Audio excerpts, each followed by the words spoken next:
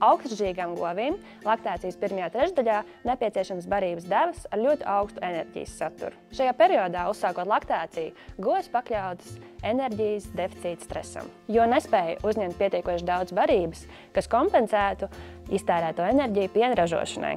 Šī iemesla dēļ govis pastiprināti izmanto organisma depo tauku rezerves un novājē, un līdz ar to arī nonāk aknu taukainās deģenerācijas riska zonā.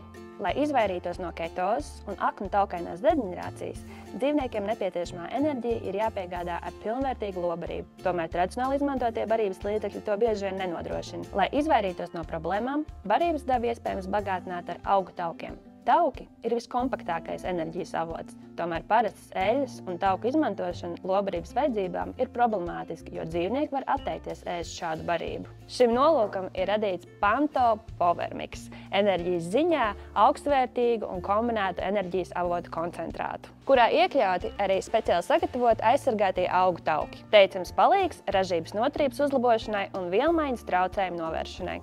Uzzini vairāk un iegādājies zvanot vai veiklos preces zemniekiem.